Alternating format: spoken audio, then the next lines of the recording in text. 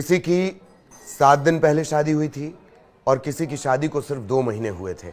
जाने ऐसे कितने दुख भरे, दर्द भरे किस्से और कहानियां अब निकलकर सामने आ रहे हैं जो आतंकी हमलों का शिकार हो गए हैं।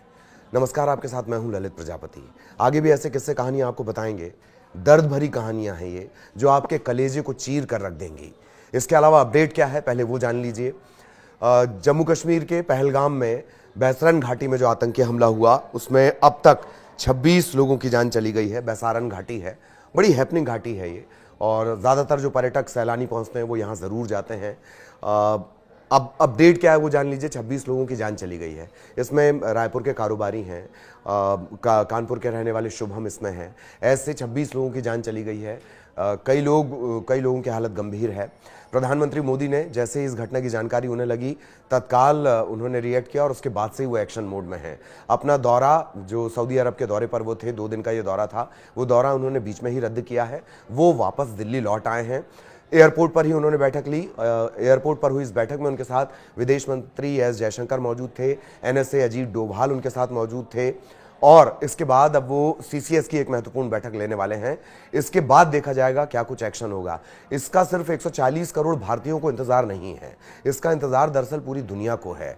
भारत अब एक ऐसा मुल्क है जिस पर इस तरह का हमला होना, आपने रिएक्शन सुने होंगे, जो अलग अलग रिएक्शन आ रहे हैं, बाकी देशों के रिएक्शन आए हैं, तो पूरी दुनिया की निगाहें टिकी हुई हैं इस बात को लेकर कि भारत का लाइन ऑफ एक्शन क्या होगा। प्रधानमंत्री थोड़ी देर बाद एक महत्वपूर्ण बैठक लेने वाले हैं। इस बैठक पर सबकी निगाहें जमी हुई हैं। इधर जो केंद्रीय गृह मंत्री हैं वो कल ही पहुंच गए थे, श्रीनगर पहुंच गए थे। उन्होंने भी एक हाई लेवल मीटिंग ली। उसमें मुख्यमंत्री उमर अब्दुल्ला मौजूद रहे, उपराज्यपाल मौजूद रहे, सेना के अफसर मौजूद रहे, प्रशासनिक अफसर मौजूद रहे। खबर ये भी मिल रही है कि हो सकता है जो घायल हैं उनसे मुलाकात करने के लिए केंद्रीय गृह मंत्री अमित शाह जा सकते हैं। ये तो हो गई अपडेट की बात। 26 लोगों की जान चली गई है। इसमें रायपुर के कारोबारी हैं, वो अपने सालगिरह को सेलिब्रेट करने के लिए वहां पहुंचे हुए थे। उनको जो कारोबारी हैं, बेटा बेटी और पत्नी के सामने उन्हें गोली मार दी गई। गोली मारने के दौरान जो छर्रे होते हैं, बारूद, जो बुलेट छर्रे निकलते हैं शूट के दौरान, वो उनकी पत्नी के चेहरे पर लगे हैं। इधर जो लखनऊ कानपुर के जो शुभम है, यूपी के रहने वाले जो शुभम है, उनकी कहानी आपका कलेजा चीर कर रख देगी। ऐसे किस्से कहानियों को लेकर आगे हम अपडेट आप तक पहुंचाएंगे। लेकिन इस वक्त क्या जानकारी है, इस वक्त जो जानकारी है, ये जो महत्वपूर्ण बैठक होने वाली है, सीसीएस की बैठक होने वाली है, इस पर सबकी निगाहें टिकी हुई हैं।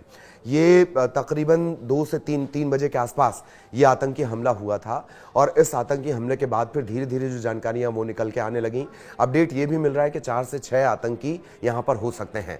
मास्टरमाइंड बताया जा रहा है सैफुल्लाह को। आईएसआई से इसके बड़े करीबी ताल्लुकात हैं और टीआरएफ ने इसकी जानकारी ली है। ये एक तरह से माना जाता है कि लश्कर तैयबा का ही एक ग्रुप है, छद्म ग्रुप आप इसे समझ लीजिए, क्योंकि लश्कर तैयबा तो लगभग खात्मे की बात उसकी निकल कर आई थी, तो उसका छद्म रूप इसे आप मान लीजिए।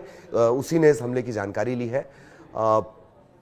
ऐशान्या, मैं बार बार शुभम का जिक्र कर रहा हूं क्योंकि उस कहानी ने अंदर तक हिलाकर रख दिया है, उस दर्द ने अंदर तक हिलाकर रख दिया है।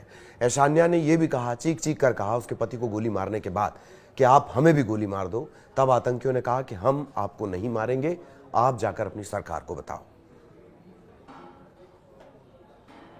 ऐसे दर्द भरे जो अलग अलग पहलू हैं वो भी आपको बताएंगे। लेकिन अपडेट, जैसा कि हमने आपको बताया, सीसीएस की महत्वपूर्ण बैठक होनी है। प्रधानमंत्री मोदी अपना 2 दिन का दौरा छोड़कर वापस आ चुके हैं।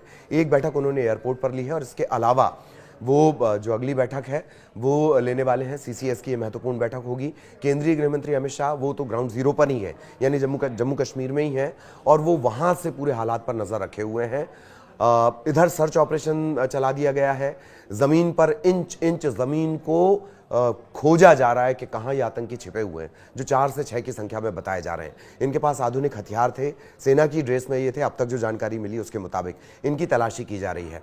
हवाई सर्विलांस भी लगातार किया जा रहा है। सेना के जो हेलीकॉप्टर हैं वो हवाई सर्विलांस में लगे हुए हैं। आतंकियों की तलाश की जा रही है।